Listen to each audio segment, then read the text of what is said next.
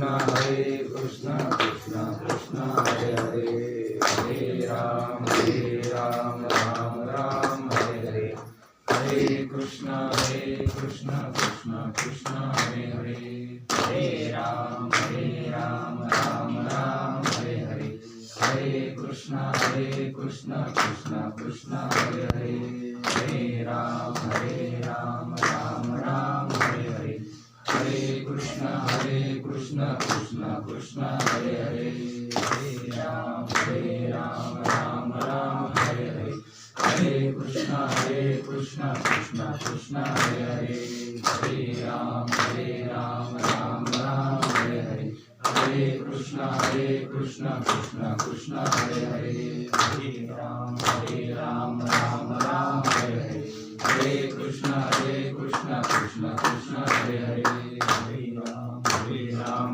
राम हरे हरे हरे कृष्ण कृष्ण कृष्ण हरे हरे हरे राम राम हरे हरे हरे कृष्ण कृष्ण कृष्ण हरे हरे हरे राम राम हरे हरे हरे कृष्ण कृष्ण कृष्ण हरे हरे हरे राम राम हरे हरे हरे कृष्ण कृष्ण कृष्ण हरे हरे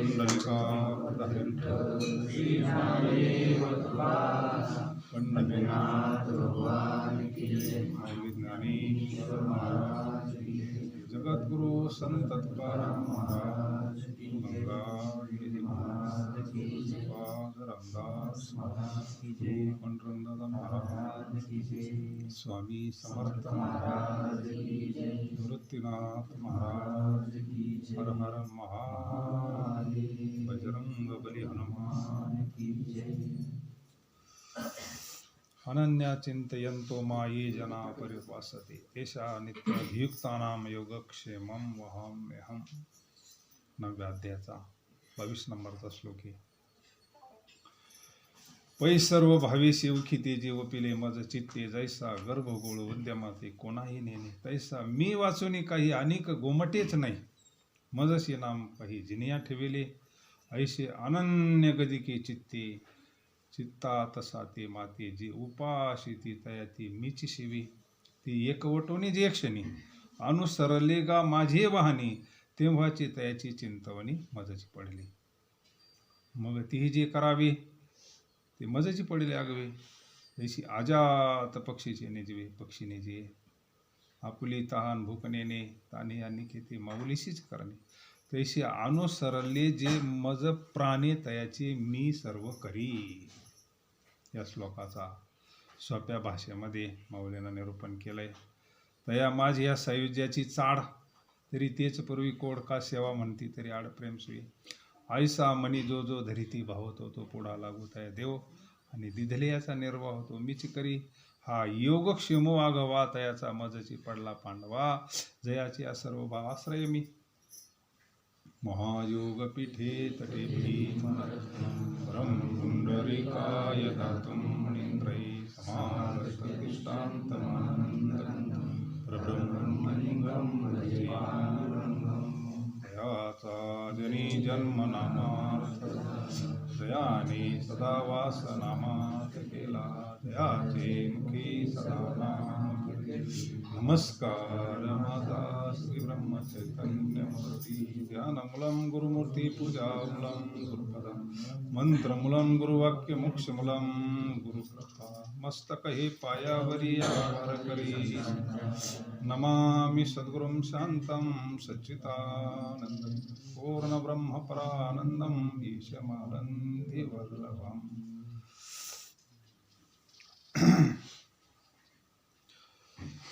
अध्याय 9वा राजविद्या राजयोग आणि त्याच्यामध्ये हा 22 नंबरचा श्लोक. सकाळी आपला एक थोडा वेळ काहीतरी जीवनात नित्यनेम असावा. नित्यनेमना मी ते प्राणी दुर्लभ लक्ष्मी वल्लभ वळी. आता संत त्याच्या पलीकडे गेलेले असतात त्याच्यामुळे त्यांना काय ते नियमाचं पण आपल्यासारख्यानं काहीतरी नित्यनेम केला पाहिजे. नित्य नेमाविन खाय जो अन्न बरं आहे त्याला फारच फटकारलंय. काहीतरी असावा नित्य नियम. स्नान झाल्यावर काहीतरी एखादा ग्रंथ तरी वाचावा, काकडा तरी काहीतरी हरिपाठ काही का होईना, गृहस्थीला काहीतरी सकाळी देवपूजा म्हणा, काही का होईना नित्यनेम असावा, थोडाफार का असावा.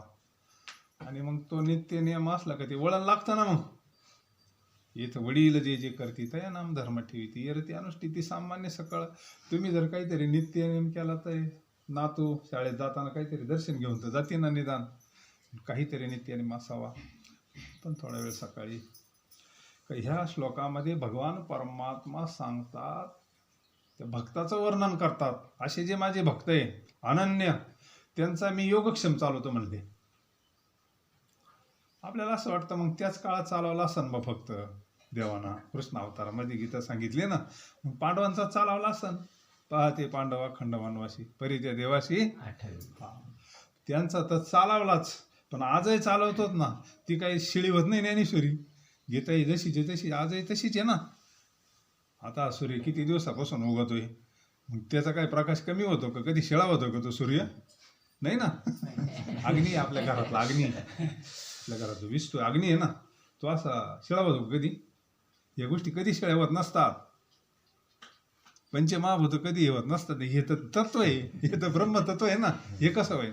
हे आजही जसंच तसंच प्रतीला येते, जसं जे तसं आजही प्रतीला येते. कारण वस्तू कमी जास्त होणारी नाही ना ती.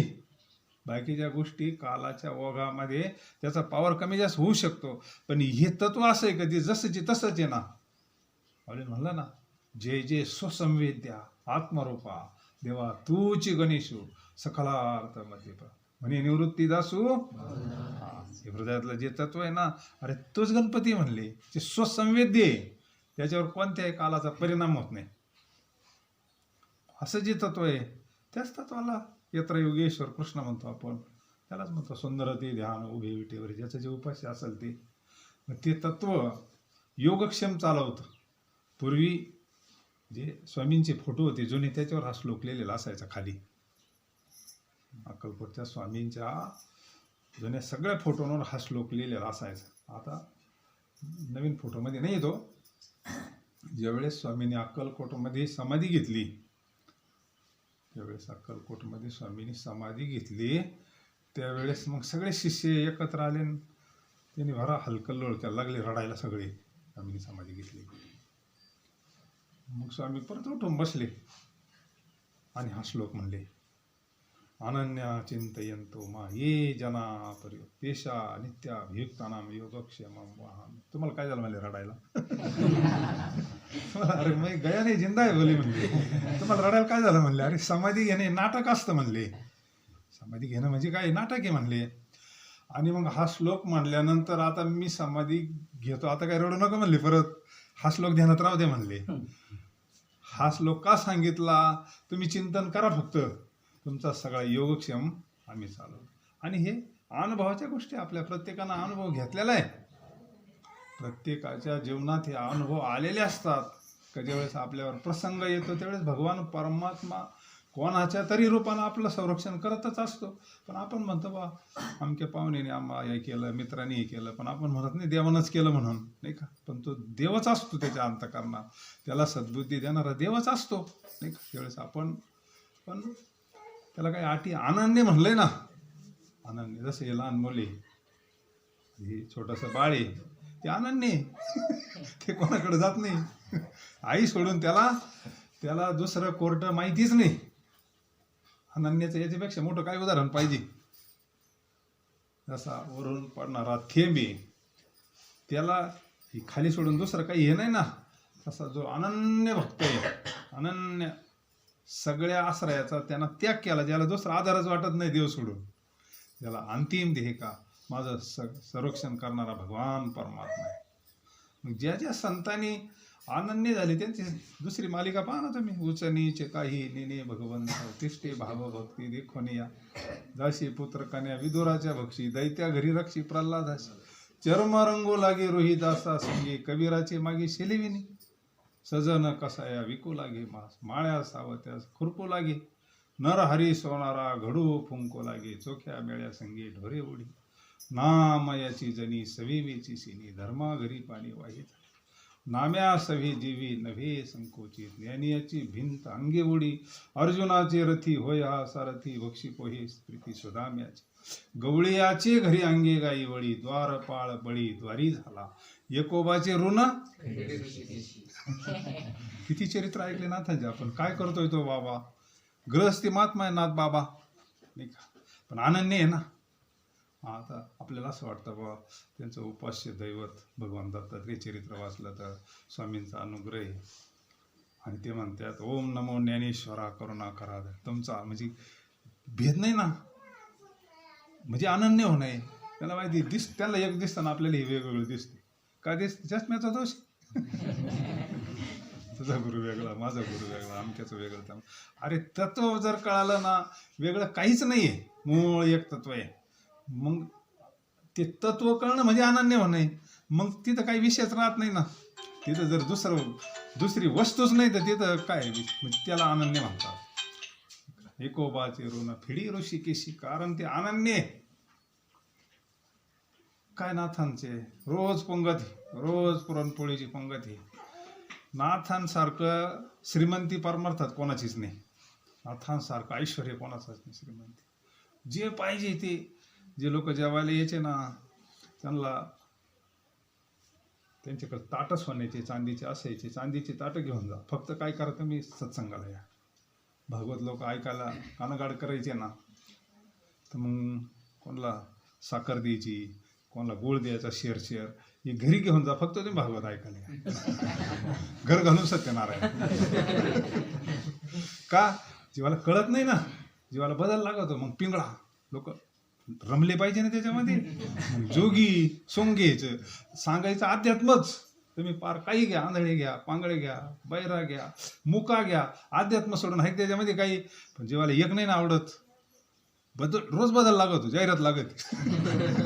महाराज सुद्धा रोज बदलून पाहिजे. एकच महाराज 7 दिवस कीर्तन चालतो का? नाही चालत. आपल्याला सारखा बदल लागतो, वृत्ती तशी ना आपली. हा, म्हणून नाथ बाबांनी ते रूपक केलेले सगळे का सर्व समाजाला एकत्र आणण्याचं साधनच एक आहे, नाही का. भारूड म्हणले लोक रमतात, कुणी रमत मग भारूड कोणा नकोय. जो कधी न ऐकणार तो भारूडात रमत असतो. आणि अध्यात्मच सांगितलंय भारूडात, काही दुसरं सांगितलंय. आता तुम्ही सगळे जाणकार मंडळी. पण अनन्य आहे ना नाथ बाबा. मग भगवान परमात्मा त्यांनी सांगितलं योगक्षेम चालवतो म्हणजे सगळंच करतोय ना. मग सगळं चरित्र आपल्या समोर आहे ना. त्यांचाच नाही, आपला सुद्धा करतो ना. एकोबाची ऋण फेडी. इतकं दान एकदा महाराजांवर कर्ज झालं 700 रुपये. नाथ महाराजांवर 700 रुपयाचे, त्या काळाचे 700 रुपये, त्या काळातले बाबा. आताचे नाही, त्या काळातले. कारण दान धर्म बंदच नाही ना. श्रीखंड्या म्हणजे महाराज आपल्यावर 700 रुपयाचं कर्ज झालंय बरं का सावकार कोण. आपण 700 रुपये घेत देण्यात आहे तुमच्यावाल्या. त्याचा वायदा आलाय म्हणले, देण्यात म्हणले. परिस्थिती बदलत असते म्हणले, थोडंसं काही आलं का देऊन टाकू म्हणले त्याच्यावाले. एक दिवस आला तो, त्याच्याकडून 700 रुपये कर्ज घेतलं होतं त्या काळात. तो सावकार आला, फाड फाड फाड फाड नाथ महाराजांना बोलायला लागला. म्हणले शेवटचा वायदा आहे म्हणले, आता मला पैसे पाहिजे. तसं मी जात नसतो म्हणले 700 रुपये. आणि श्रीखंड ऐकतोय ना सगळं. आता हे नाथ बाबा एवढं हे करते, स्वतः करता तर काहीच नाही ना.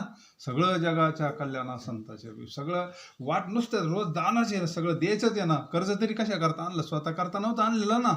हे सगळं सर्वसामान्यांच्या कल्याणाकरता हे धर्म कार्य करता, नाही का. आणि भगवंताना तर इकडं श्लोकात म्हणलंय मालकाना, त्याचा योगक्षेम मी चालतोय म्हणले, जो अनन्य माझा भक्त येतो. आणि मग त्यांना सांगितलं नाथ बाबा मला पैसे पाहिजे, बाकी तर माहिती नाही म्हणले. माझे जोपर्यंत पैसे देत नाही तोपर्यंत तुम्ही पाणी प्यायचं नाही, जेवायचं नाही म्हणले. ज्या दिवशी माझे पैसे देशाल ना त्याच वेळेस तुम्ही बंद करा म्हणले सगळं. बरंच बोलला तो, फाड फाड फाड त्याच्या भाषेमध्ये बोलला. माझे 700 रुपये घरी आणून द्या म्हणले. ठीक आहे म्हणले बाबा, तू जोपर्यंत तुझं कर्ज मिटत नाही तोपर्यंत मी जेवत नसतो म्हणले. नाथबाबांनी पाणी पेली नाही आणि जेवणही केले नाही. आता काय ते अधिकारी महापुरुष. एक दिवस गेला, पाणी नाही, अन्न जेवण नाही. सारखं बेस्टपैकी ज्ञानेश्वरी वाचायचे, भजन करायचे, चिंतन करायचे. श्रीखंड पाहतोय त्यांच्याकडं, तुम्ही काहीतरी खा म्हणले. नाही म्हणले, आता त्या सावकाराचं नामचं ठरलंय ना म्हणले, आता मी काही जेवत नसतो, मी काही करत नसतो म्हणले. दुसरा दिवस उजाडला, नाथबाबा काहीच घेत नाही. इकडं ह्याला दम धरा ना याच्या नुसतं अंतकरणात करणात हे चाललंय कोणा करतं सगळं. श्री खंड्या म्हणजे काय तो का सामान्य कोणीतरी होता का? विश्व चळत असे का परमात्म्याने हे का सगळ्या विश्वाला 2 टाइम जीव घालणारा तो. अरे नाठविसी कृपाळू देवासी पुषितो जनाशी एकला तो. कोण करते बाळा दुधाची उत्पत्ती पुषितो श्रीपती सवे डोळी. उष्ण काळ माशी फुटती तरुवर तयाशी जीवन कोण घाली. आणि मग तिसरा दिवस उगावला. महाराज काहीच घेत नाही ना, पाणी नाही, अन्न नाही, काय नाही. तिसरा दिवस पूर्ण गेला, रात्र झाली. मग काय या बाबाला चतुरा तो शिरोमणी गुण लावण्याची खाली कुठं सकाळा म्हणी धन्य तोची उठ. काय लगेच भगवंतानं वेश बदलला. रात्री लगेच रूप बदलवलं, संबंधास वगैरे बांधलं, सावकाराचं रूप घेतला. चांगलं गेले त्या सावकाराच्या इथं. हे म्हणले तो आली सगळं चाल ना काय असं तुझ्या मोजून घे म्हणले. सगळं दिल्यानंतर तो म्हणले एवढ्या रात्री काला आले तुम्ही. एवढ्या रात्री कशाला आले म्हणले तुम्ही. मग तुम्ही नाही म्हणले मालकांना पाठवलंय म्हणले माझ्यावाल्या. कोण मालक? नाथ महाराजांचा गडी म्हणले मी. ती पावती दे म्हणली तू पहिली. तुला जे पैसे दिले नाही तुझं कर्ज मिटलं याची पावती दे म्हणली पहिले. रुबाब शेरमध्ये त्यानं लगेच ते पैसे घेतले, मोजून पावती बिवती दिली. आणि दुसऱ्या दिवशी नाथ महाराज उठले, ज्ञानेश्वरी वाचायला बसले तर ती पावती ज्ञानेश्वरीमध्ये. तिची पावती कुठं? ज्ञानेश्वरी. म्हणतो सावकार सकाळीच आला ना. नाथ महाराज मी तुम्हाला लय बोललो, मला माफ करा म्हणले. माझी पण लय चूक झाली. अहो तुमच्या गड्यानं रात्री येऊन मला मिटवलं ना म्हणले. नाथ महाराजांनी पाहिले तर ती पावती त्याच्यामध्ये सगळी. मग नाथ महाराजांच्या लक्षात आलं एकोबाची ऋण कोण फेडीत? एकोबाची ऋण फेडी ऋषिकेशी. अंबर ऋषी मीराबाईसाठी घेतो विषय त्याला. दामाजीचा झाला घडी माती वाही गोऱ्या कुंभाराची. हुंडी त्या मेहत्याची अंगे भरी. पुंडलिकासाठी अजून तिष्ठत तुका म्हणे मात. अरे तो आजही जसाची तसाची. आपली फक्त दृष्टी तशी झाली ना, त्याच्यात काही बदलच होत नसतो. नामदेवराय जर प्रगट करू शकतात, मीराबाई प्रगट करू शकते. प्रगट करण्याकरता भाव त्या पटीत जावं लागतं, बाकी काय लागतं. आजही बी तो आपल्यावर प्रसंग आला ना, आपण जर अंतकरणापासून त्याला प्रार्थना केली तर उभाचे आपल्याकरता कोणाच्या तरी रूपात फक्त रूप बदलून येईल. तो काही चक्र घेऊन असं नाही. ही भगवंताची कृपा आहे. व्हायचं काय फक्त अनन्य व्हायचं, बाकी काय व्हायचंय तरी आपल्याला काय वेगळं काय करायचंय. भगवंताशी अनन्य आपल्याला सगळा आधार ब्रह्मचैतन्य गोंदवलेकर महाराजांचं वाक्य. तुमच्याकडे भरपूर संपत्ती असावा, तुम्ही राजेशाही थाटात राहा ना, तुम्ही गिरद्या गाळ्यावर रोज खीरपुरी खा म्हणले, पण तुम्हाला आधार पैशाचा वाटावा का भगवंताचा वाटावा. पैसा जडी पण आपल्याला आधार त्याचा वाटतो. आपल्याला गुरमी कोट्यवधी रुपये माझ्या नावावर पडेल, मला काय कोणाची गरज आहे म्हणतो. अरे पैसा कोरोनामध्ये पाहिलं आपण पैशावाल्यांची काय अवकाळ झाली ती.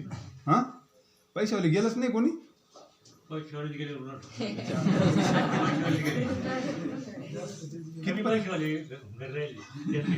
आपल्यासारखे राहणार मनात घेणाऱ्यांना काहीच नाही झालं, कारण आपल्याकडे प्रतिकार शक्ती आहे ना, आपल्याकडे अधिष्ठान आहे ना. त्यावेळेस खरं चिंतन झालं बरं का. त्यावेळेस कुठं जायचंच नाही ना. म्हटलं का आपला ग्रंथ वाचायचं, त्याच्यामध्ये राहायचं. कारण तलवार टांगलेली होती ना, मीराबाईकडे जो तो मुलगा आला होता ना, एकदाच मीराबाई म्हणजे काय सामान्य संत नाही, अवतारी महापुरुष असतात ते. दादा हे नेहमी सांगायचं, दादांचं ते वाक्य नेहमी आठवतं का मीराबाईची किती नामावर श्रद्धा होती म्हणले, किती नामावर श्रद्धा होती. मीराबाईच्याकडं आता राजेशाही थाटामध्ये चक्रवर्ती त्या काळातले राजे, आणि तिथं एक अशा आपण त्याला दासी म्हणतो किंवा झाडलोट करणारी जी बाई होती, ती रोज लहानपणापासून मीराबाईची ती इतकी चांगली होती का मीराबाईचं आणि तिचं फार चांगलं होतं. आणि रोज यायची मीराबाई तिला आईप्रमाणे स्थान द्यायची सात्विक असल्यामुळं. आणि एक दिवस आजारी पडल्यामुळं तिचा मुलगा आला होता ड्युटीवर, आणि त्या मुलांना एकदाच मीराबाईला पाहिलं, फक्त एकदाच. काय इतका त्याच्या चित्तात परिणाम झाला. तरुण मुलगा एकदाच मीराबाईला पाहिलं, फक्त एकदा मीराबाईला. घरी गेला, आईला म्हणले मी लग्न करीन तर मीराबाई संगच करीन म्हणले. पहा आता कशी काय सोयरीक जमान. एक झाडलोट करणाराचा मुलगा आणि ती चक्रवर्ती राजाची राणी, एकुलती एक मुलगी, काय तिचं ऐश्वर्य ते. त्यांना सांगितलं मला बाकीचं माहिती नाही आई, मी लग्न करीन तर मीराबाई संगच करीन म्हणले. अहो तो बी जेवण खाऊन बंद करून टाकलं त्यानं. तो काहीच खाईना पिना काय, त्यानं आथरूनच धरलं. आई त्याच्या पार पाया पडायचे लागले. अरे ते राजे म्हणले, त्यांना नुसतं माहिती झालं तरी आपल्याला दोघांना लगेच फाशीवर देऊन टाकतील म्हणले. ना नुसतं माहिती जरी झालं तरी काहीच घ्यायला तयार नाही ना, काहीच घ्यायला. 1 दिवस झाले, 2 दिवस झाले, 3 दिवस झाले आणि घरात काही नाही म्हणून ते माऊलीला जावं लागायचं. आणि मग एक दिवस मीराबाईनं पाहिलं, चेहऱ्यावर सगळं लिहिलेलं असतं, दिसतं सगळं, चेहरा सांगत असतो सगळं. म्हणजे तुम्ही फार आई चिंतेत दिसत्या, काळजीत दिसत्या, काय नेमकं संकट काय तुमच्यावर, काही जर असलं तर सांगा, मी काहीतरी तुम्हाला उपाय सांगा. तिनं सांगितलं सांगण्याजोगी परिस्थिती नाही म्हणले. मी तुम्हाला अभयदान देते म्हणले, सांगा. नाही म्हणले, मी जर सांगितलं तर मला राजा लगेच सोळावर देऊन टाकेन म्हणले, मला तर देईन आणि माझ्या मुलाला देईन म्हणले. तिनं सांगितलं मी तुम्हाला अभय देते म्हणले, तुमची संकटातून तुम्ही आयुष्यभर सेवा केली म्हणले, तुम्ही माझ्या आईप्रमाणे म्हणले, तुम्ही फक्त मला सांगा, मी त्याच्यातून मार्ग काढीन काहीतरी भगवंताच्या कृपेनं. मग तिनं सगळा विषय सांगितला. माझा मुलगा आला होता म्हणले मीरा, आणि एकदा तुला पाहिलं तर म्हणतो मी लग्न करीन तर मीराबाई संगच करीन म्हणले. हट्ट धरून बसला, मी पाणी सुद्धा घेत नाही, तो शेवटच्या टप्प्यात आहे म्हणले. आता तो त्याला जाऊन सांग म्हणले मी तयारी म्हणले. काय साधूची काय काय नामावर काय शक्ती असते. त्याला जाऊन सांग म्हणले मी मीरा तयार आहे, पण एका अटीवर, मी जी आठ जर मान्य असल तर माझी तयारी. आणि मग त्या आईला असं वाटलं ते कसं काय परिस्थिती निर्माण होईल, त्याला जाऊन सांग म्हणले. गेली ती म्हातारी गेली, त्याला सांगितलं अरे मीराबाई तुझ्या संग लग्न करायला तयारी म्हणले. त्यानं कपडेच फेकून दिले ना गोधडी. मीराबाई लग्न करायला तयारी म्हणले होते लगेच. पण तिची एक आठ आहे म्हणले, तिची एक आठ जर मला कोणती आठ मान्य म्हणली ती माझ्याच लग्न करीत असली तर. आणि मग आल्यानंतर मंदिरात बसलेलीच होती मीराबाई, तिचं भजन चालूच होतं. आल्यानंतर त्याला सांगितलं बाबा रे तुझे काय सगळं विचारून घेतलं. हो म्हणले, मी लग्न करायला तयारी पण एका अटीवर तयारी म्हणले, मला मान्य म्हणले सगळे. त्या तलवारीवरून सहज प्रश्न आठवला. आणि मग त्याला माळ वगैरे घातली, गुरुमंत्र दिला, मस्तकावर हात ठेवला. 7 दिवस नामस्मरण करायचं म्हणले. 7 दिवस या मंदिरात भगवान श्रीकृष्णाच्या मंदिरासमोर बसायचं आणि अखंड नामस्मरण करायचं. एकाग्र चित्तानं भगवंताचं ध्यान करायचं. आणि 8व्या दिवशी मी वरमाला घेऊन तयार राहील. वर अशी नंगी तलवार अटकून दिली, तुझं लक्ष इकडे इकडे गेलं की ती तलवार तुझ्या डोक्यात पडून म्हणले. पाय ठरव काय करायचं ते. एकाग्र चित्तानं 7 दिवस तू नामस्मरण जर केलं, तुझं जर लक्ष इकडे इकडे नाही गेलं, कारण लक्ष गेलं का नंगी तलवार तुझ्या याच्यात पडणं आणि तुझं हे होईल. जर एकाग्र चित्तानं 7 दिवस केलं तर 8व्या दिवशी मी वरमाला घेऊन तयारी म्हणले. आहे का तुला मान्य? मान्य म्हणले मला. काय माळ घातली, त्याला गुरुमंत्र दिला, बसवला, चिंतनाची रीत दाखवून दिली. आणि मग तो कोणत्या का अपेक्षानं पण मग रपा रपा रपा नामस्मरण करायला लागला. मन इकडे तिकडे जर गेलं तर तलवारीवर आपला जीव जाईल. आणि समोर तर भगवान परमात्मा आहे. आवडे हे रूप गोजिरे सगुण पाहत आलोचना. हळूहळू वृत्ती स्थिर व्हायला लागली, भगवंताच्या ध्यानाना वृत्ती स्थिर व्हायला लागली. गुरुमंत्राची शक्तीनं अंतकरण निर्मळ व्हायला लागलं. हळू एकरूप व्हायला लागलं. मग तान हरपली, भूक हरपली, आठव नाठव गेला, भावा भाव झाला, स्वयमेव पांडुरंग. अंतकरण शुद्ध व्हायला लागलं. 3ऱ्या दिवशी तर डोळ्याला धारा लागायला लागले, अंतकरण निर्मळ झालं ना. हे जे विकार आहे ना, ते विकार हळू भाव बदलायला लागला. मग आता मीराबाईला लग्न करायचं म्हणजे ती विकारामुळे दृष्टी होती, डोळ्याने धोका दिला ना. ते विषय डोळ्यातून आतमध्ये येत असतात. आणि मग हळू 4था दिवस उगवलाय, 5वा दिवस उगवलाय, 6वा दिवस उगवल्यानंतर तर गडी पार गेला, समाधीपर्यंत गेला, पार शांत झाला, सगळं शांत झालं. दरवाजे लागले सगळं बाहेरचं, काहीच ऐकू येईना, काही होईना, काही नाही. इंद्रिया देवनी कवाड. आणि मग त्याला ती आत्मसुख, आत्मानंद, ब्रह्मानंदम परमसुखदम केवलम ज्ञान द्वंद्वातीतम गगनसदृशम तत्वमस्यादी. असं तो जो दिव्य आनंद आहे भगवंताच्या दर्शनाचा, ते दिव्य साक्षात्कार झाला त्याला. आणि वेगळ्याच धुंदीमध्ये त्या आनंदामध्ये आता काहीच नाही राहिलं ना, आता काही नाही, विषय नाही, काय नाही. आणि मग 8वा दिवस उघडल्यानंतर मीराबाईचं सगळं पूजा वगैरे आली. मीराबाई त्याला म्हणले, उठ म्हणले, आता लग्न करायचं ना तुला, आता कुठं डोळे उघडत मग, आता डोळे कुठं, अरे म्हणले मी वरमाला घेऊन तयार आहे, उठ म्हणले. त्याला बळच द्यावर आणलं. तो लग्न नाही करायचं का म्हणले. तो म्हणले माझं लग्न झालं म्हणले.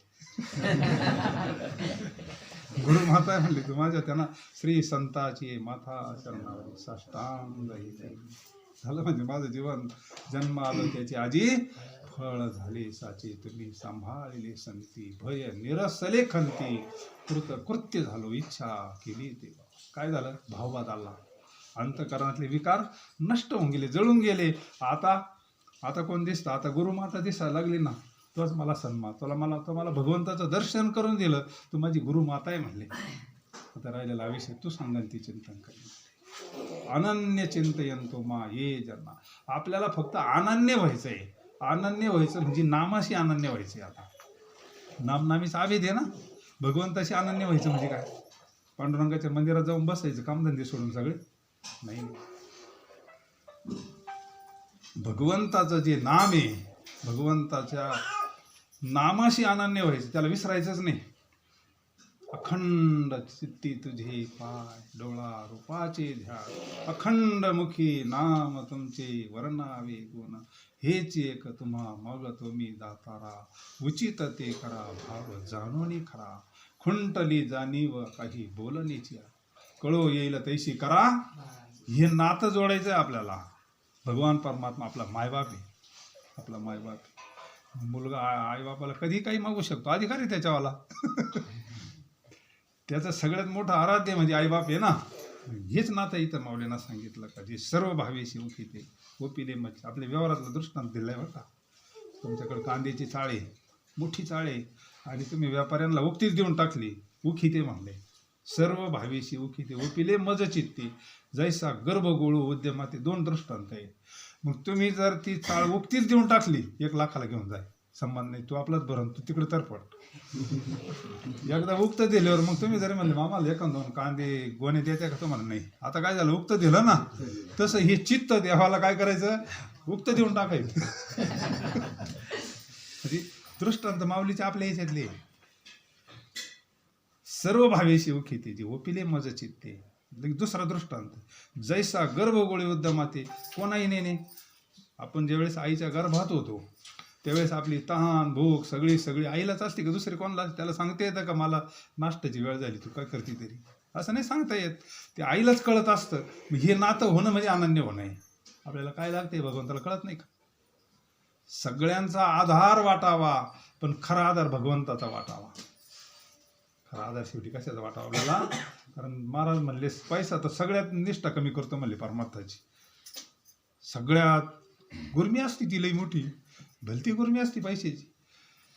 काय ऐश्वर्य असतं, पण त्यांना त्याचं काही वाटत नाही ना, काही वाटत नाही. त्यांना ही व्यवहारी सत्ता आहे, ही इथपर्यंत सत्ता चालत असती. पण तिथं जी सत्ता चालती ती भगवंताची सत्ता चालते असती. याला अनन्य म्हणतात. म्हणून तैसा मी वाचून काही आणि गोमटीच नाही, मजेचे नाम पाहिजे नाही का. भगवान परमात्मा बसले आले असताना अर्जुनही आला होता आणि दुर्योधन आला होता ना. माझा म्हणले कोणाला काय पाहिजे ते. एका बाजूला माझी नारायणी सेना आहे म्हणले एवढी मोठी, आणि एका बाजूला मी म्हणले, आणि मी शस्त्र धरणार नाही म्हणले. बोला कोणाला काय पाहिजे. दुर्योधन शहाणाच म्हणायचं म्हणून एवढी मोठी नारायणी सेना एका बाजूला आहे आणि एका बाजूला मी आहे. आता युद्ध करायचंय, मी शस्त्र धरणार नाही म्हणले. तो म्हणलं मग मला हेच लागत आहे. अर्जुनाला म्हणले तुला काय लागत. त्यांना सांगितलं तो मज व्हावा, तो मज व्हावा, वेळोवेळा व्हावा. याला म्हणतात अनन्य. शेवटी पांडवांच्या केसाला धक्का लागला. काय काय प्रसंग आले पांडवांवर, काय काय प्रसंग आले महाराज, काय काय प्रयोग केले ह्या दुर्योधनाना फुटी नीतीना. पण द्वारकेचा राणा चिंतन त्याच आहे ना, अनन्य आहे ना, अनन्य आहे. द्रौपदी भीमदादाला एकदा म्हणते पार नाही, भगवंताला बोला पारणं सोडायला. भीमदादाकडे का आता भीमदादा अर्धांड होता पण श्रद्धा होती, अनन्य होता देवाशी. जरी अर्धांड होता तो पण अनन्य होता ना. बोलू म्हणले त्याला काय झोपेल गडी. स्वयंपाक तर करा म्हणले तुम्ही, मी बोलतो त्याला काय म्हणले. स्वयंपाक काय झाला म्हणले आता बोला. अरे तुम्ही ताटं तर करा म्हणले. अरे पण मग सगळी तयारी, पण तू येणार का तू जाणार का देवाला आणणार का म्हणले बोलायला.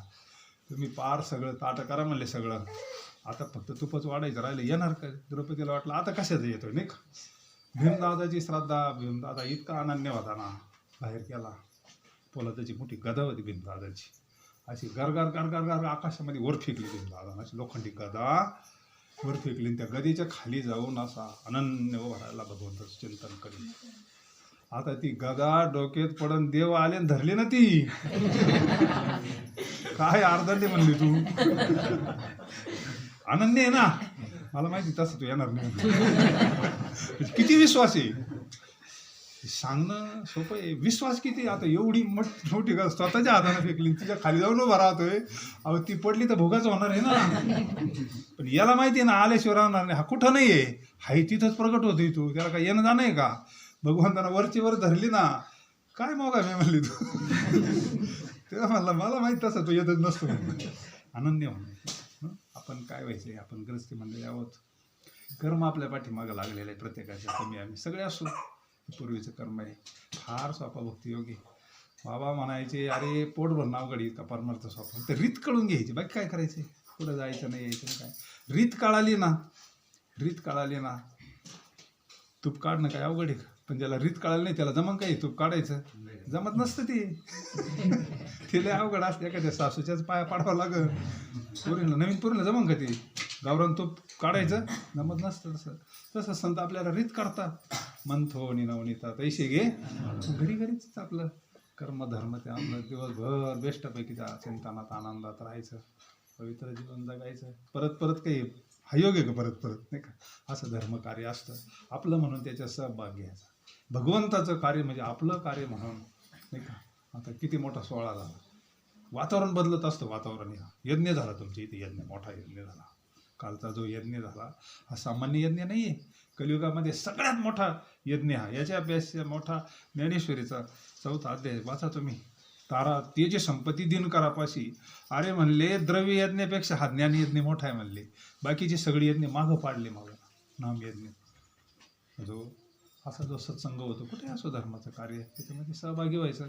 काय आपल्याला थोडंफार काय दे करता येईल, बेस्टपैकी आनंदात राहायचं. म्हणजे अनन्य होणं आहे देवाशी. अनन्य होणं म्हणजे काय असं वेगळं काही नसतं. बरेच दृष्टांत आहे, पण आता आपण एकच दृष्टांत पाहू. तैसा मी वाचून काही आणि गोमटे नाही, मजचे नाम पाही जिनिया ठेविले. ऐशी अनन्य गती के चित्ते, चित्तासाते मातीजी उपचित आहे ते मीची शिवी. आणि देवाला फक्त चित्तात ठेवायचं आहे. देवाला ठेवायचं म्हणजे चित्तात फक्त नाम. कंठी धरेला कृष्ण म्हणे अवघा जनी हा. हरीने माझे हरिले चित्त. ते आपल्यासारखे मुलं बाळ सगळं करीतच होते ना गोकुळामध्ये, पण चित्तात कृष्ण होता. नाव पाण्यात असली तर काहीच अडचण नाही, तर नावेत पाणी नसावा. नावेत पाणी गेलं का नाव पडत असते. विषय नसावा. आपण खुशाल प्रपंचात असावा, पण प्रपंच आपल्या चित्तात नसावा. आपल्या चित्तात असावा भगवंताचं नामस्मरण. तुम्ही 24 तास. सद्गुरू नारायणगिरी महाराज म्हणायचे अरे माड्या बांधा म्हणले, किती काही तुम्ही मोठे व्हाना म्हणले, धनकून प्रपंच करा म्हणायचे. धनकून प्रपंच करा, गावरान भाषेत परमार्थ सांगायचे. अरे लई मोठे व्हा म्हणले तुम्ही, पण तुमच्या चित्तामध्ये भगवंताचं भजन असावा, नामस्मरण चिंतन असावा. किती सोपा भक्तियोगी. संसारी असावे नासुनी नसावी, भजन करावे. सांगितलंय कोणा ते तर संन्यासी होते. त्यांनी म्हणले का तुम्ही भस्म लावून हिंडा इकडे तिकडे. अरे ग्रस केला तर लय सोपं सांगितलंय परमार्थ. फक्त वर्म कळून घ्या तुम्ही. हे जे वर्म आहे ना, हे जर आपल्याला कळालं आणि त्यावेळेस आपल्याला हा संतांचा प्रसाद येतो ना, समजून घ्यायचं पांडुरंगानं आपल्यावर कृपा केली. याच्यापेक्षा मोठा लाभ नाही दुसरा जीवनाचा. याला या वस्तूचं महत्त्व कळायला पाहिजे. फक्त वस्तू काही सामान्य नाही महाराज. कोणत्या तरी जन्मोजन्मी आम्ही बहु पुण्य केले, तेव्हा या विठ्ठले फार. बाकीच्या गोष्टी याच्या अगोदरचा श्लोक पहा. ह्या श्लोकाच्या अगोदरचा श्लोक आहे मग तया पुण्याची पावटी सरे सवेची इंद्रपानाची उठी उतरेन आणि येऊ लागते माघारी. स्वर्गात जरी गेला ना म्हणले तरी परत यावं लागतंय. स्वर्गात जाणं काही सोपं नाही आहे. 100 जन्म ब्राह्मण व्हावं लागतं, यांनी करावं लागते, तेव्हा पुढं ते ब्रह्मदेवाचे तिथं जावं लागत असतं. तिथं जरी गेलं पुण्य संपलं का परत यावं लागतंय. पण आपल्याला असं पद प्राप्त होत असतं. जगद्गुरु तुकोबाराय म्हणतात, इहलोकीचा हा देह देव इच्छिता ती पाहे, धन्य आम्ही जन्म आलो दास का. आयुष्याच्या या साधने सत चित आनंद पदवी, ही पदवी घेतली ना येणं जाणं थांबतं, सगळंच थांबतं, सगळंच थांबतं. चिरात पडे म्हणले मग पुन्हा येणं नाही जाणं नाही काय. भगवंत स्वरूपाता प्राप्त होती. वैकुंठाला जाता येतं आपल्याला. ते पद असं आहे ना, आढळ पद येते. ज्या पदाला आपला ध्रुवबाळ गेला, सगळे संत त्या पदाला गेले, साधू संत गेले, आनंदी राहिले, हरिनामी झाले. यायचं ठरलं तर मना नाही यायचं. मग साधू संत जसे येतात तिथं काही इच्छा नसते, वासना नसते, काही नसते, काय ते पद प्राप्त होणं म्हणजे भगवंत स्वरूपाता प्राप्त होणं म्हणजेच माहेरला जाणे. शेवट तो भला माझा आलो निघायच्या माहेरा घेती. इतका सोपा परमार्थ आहे बरं. कळाला तर इतकं सोपं आहे. आणि नाही कळालं तर जन्माचे जन्म जातील, काहीच मेळ लागत नाही. प्रक्रिया जर चुकली ना ते सगळं लोणी ताक सगळं फेकून द्यावं लागतं, खराब होतं तिचं. नाही जर एखाद्या माऊलीला ते मंथन करून तूप काढता आलं ना, ते सगळं फेकून द्यावं लागतं. तसं अनन्य होणं म्हणजे सगळं योग्य आहे. काय नाही, पवित्र तुळशीची माळ घातली ना, भगवंताचं चिंतन सोडून दुसरं काय करायचं. त्यात काय वज उचलायचं का काय काय करायचं, काय काय अवघड काय त्याच्यामध्ये. फक्त चित्तामध्ये पहिलं चित्त निर्मळ होत आहे, नंतर शुद्ध होतं, नंतर स्थिर होतं. त्याच्याकरता सत्संग असतो. बिनू सत्संग विवेक नवी राम कृपा. बेस्टपैकी सत्संगात आनंदात राहायचं. घरीच आपलं हा सत्संगच आहे. माऊली आपल्या संग बोलतात, तुमच्याकडे गाथ आहे, भागवत आहे, सगळे ग्रंथ आहे, सगळं वातावरण तयार आहे तुमच्याकडं, सगळं तयार. इथं काय काही कमीच नाही ना. इथं फक्त चिंतन करायचं. चिंतनानं काय होतं, चित्तातले सगळे दोष निघून जातात, चित्तातलं पाप निघून जातं. चित्ताला असं होतं ना, जैशी गंगाबाई शेवटचं प्रमाण. जैशी गंगाबाई तैशी ज्याचे, असं मन नसावा ना, कोणाबद्दल द्वेष नसावा. ही लहान मुलं पहा किती शुद्ध आहे, आपल्यापेक्षा किती शुद्ध आहे का त्यांच्यापेक्षा. आपापर भाव आहे. ते म्हणते का हे माझं ते माझं, इथून इकडं अजिबात रस्त्याचे खाली उतरायचे ना. आज पोर म्हणले का कधी, आपण म्हणतोय. पण हळूहळू त्या स्थितीत जायचं आहे आपल्याला. लहान मुलाची स्थिती म्हणजे योग्याची स्थिती आहे, ती साधूची स्थिती आहे, ती अवधूत स्थिती. हळूहळू अंतकरण तसं बनवायचं आहे. व्यवहार हा व्यवहाराच्या ठिकाणी असतो. व्यवहार हा व्यवहाराच्या ठिकाणी संतांनी सुद्धा व्यवहार केला, पण अंतकरण तसं बनवायचं. कोणाही जीवाचा न घोडो मस वर्म सर्वेश. मग तो आनंद, तो दिव्य आनंद, त्यालाच मुक्त अवस्था म्हणतात. काही वेगळं काही आणायचं नसतं. म्हणून झालेली सेवा माऊलींच्या चरणी समर्पित करू. पुंडलिका वरदा श्री ज्ञानदेव तुकाराम पंढरीनाथ भगवान की जय. माऊली ज्ञानेश्वर महाराज जगद्गुरु संत तुकाराम